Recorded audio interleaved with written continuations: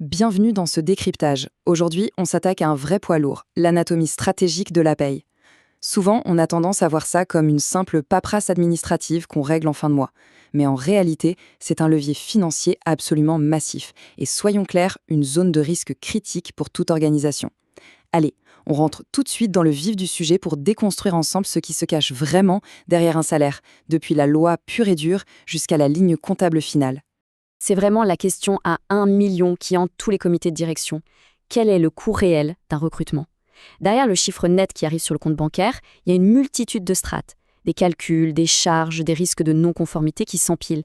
Et comprendre ces couches cachées, ce n'est pas juste un truc de comptable, c'est littéralement vital pour piloter un budget et esquiver des pénalités qui peuvent faire très très mal. Alors voici notre plan d'attaque chronologique. D'abord les fondements légaux, puis la construction du salaire brut.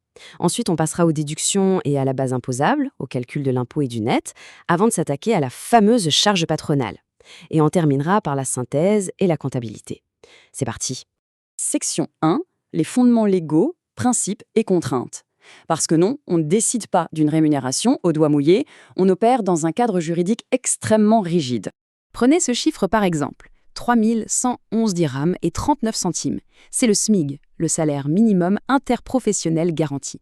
Et attention, tomber en dessous de ce seuil ou encore ignorer le principe fondamental d'égalité salariale entre les hommes et les femmes, c'est jouer avec le feu. C'est un risque de conformité énorme. Ce n'est pas juste un indicateur, c'est une véritable ligne rouge légale qu'il ne faut absolument pas franchir. On passe à la section 2, la construction du salaire brut. Le salaire de base, en fait, ce n'est que la toute première brique de l'édifice. Ce qui complique la donne, c'est la multitude d'éléments qui viennent gonfler cette enveloppe initiale. On y ajoute des avantages en nature, genre une voiture de fonction. On a les accessoires légaux, comme les heures supplémentaires, et bien sûr les gratifications, le fameux 13e mois ou les primes. Et là, il faut bien comprendre que chaque petit ajout fait mécaniquement grimper la base de calcul pour tout le reste. On passe très vite d'un chiffre tout simple à un engagement financier beaucoup plus complexe. Tenez, prenons l'exemple des heures supplémentaires. De 25% de majoration pour une journée normale, on peut carrément exploser à 100% de majoration si le travail a lieu de nuit, pendant un jour de repos. Et ça, ce sont des règles strictes, on ne peut pas y couper. Donc, une gestion un peu floue des plannings, c'est un impact immédiat et littéralement exponentiel sur la facture finale de l'entreprise. Et puis, il y a cette mécanique implacable, la prime d'ancienneté. Ça commence à 5% après 2 ans pour atteindre 20% après 20 ans de service. Pour un décideur, c'est une donnée absolument vitale. Pourquoi? Parce que même sans accorder aucune augmentation au mérite, une masse salariale qui vieillit va coûter de plus en plus cher année après année. C'est mathématique et c'est incontournable pour les prévisions budgétaires à long terme. Section 3, les déductions et la base imposable. C'est là qu'on entre dans ce qu'on pourrait appeler l'entonnoir. Le moment où notre beau salaire brut commence à maigrir pour financer l'État et la protection sociale. Pour passer du brut au net, on suit une mécanique en 6 étapes chronologiques hyper précises. On part du brut global, on enlève les exonérations pour avoir le brut imposable, ensuite on déduit les charges sociales, paf, on obtient le net imposable, et c'est cette base-là qui va servir à calculer l'impôt pour enfin cracher le salaire net tout en bas. Chaque étape, c'est une occasion de se tromper, donc la rigueur est de mise. Et là, attention au piège classique. La grande subtilité se trouve dans les cotisations sociales. La part salariale pour la CNSS, c'est 4,48%, d'accord, mais elle est plafonnée à 6 000 dirhams. À l'inverse, l'AMO, l'assurance maladie obligatoire, qui est à 2,26%, eh bien, elle n'est pas plafonnée du tout. Confondre les règles de ces deux prélèvements, c'est vraiment l'erreur bête qui ouvre grand la porte à des redressements très salés en cas d'audit. Section 4, calcul de l'impôt sur le revenu et du net. On attaque le gros morceau de la fiscalité. Une fois qu'on a notre salaire net imposable, on le passe à la moulinette de ce barème progressif. Ça commence gentiment à 0% pour les plus petits revenus, mais ça grimpe en flèche jusqu'à 38% pour la tranche au-delà de 15 000 dirhams par mois. C'est la machine de redistribution de l'État en action et l'employeur se retrouve en fait à jouer le rôle de percepteur d'impôts en prélevant ça directement à la source. Bon, heureusement, l'État prévoit un petit coussin d'air, les charges de famille.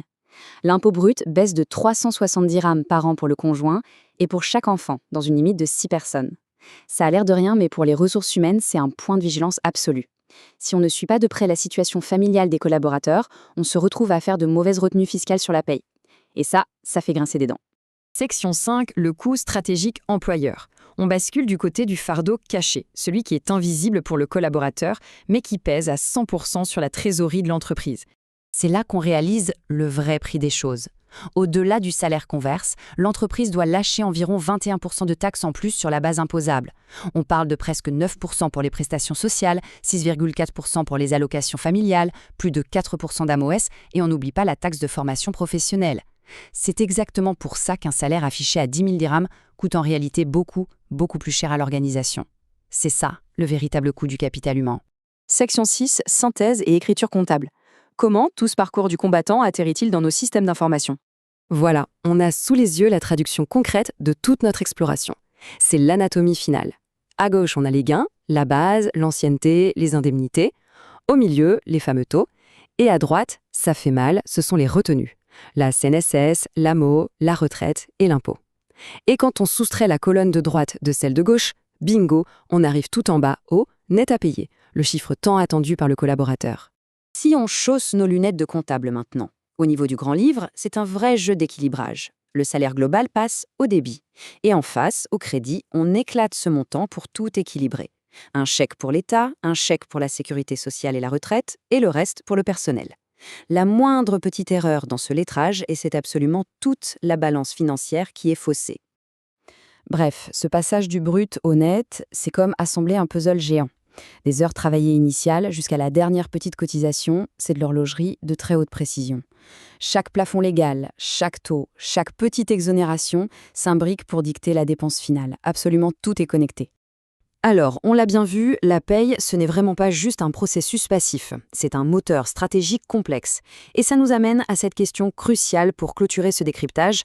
Est-ce que les systèmes en place se contentent simplement de payer ou sont-ils rigoureusement audités pour optimiser les finances tout en bloquant les risques de conformité?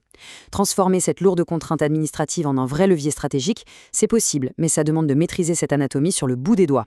Merci d'avoir suivi cette plongée au cœur de la paye et à très bientôt pour un nouveau décryptage.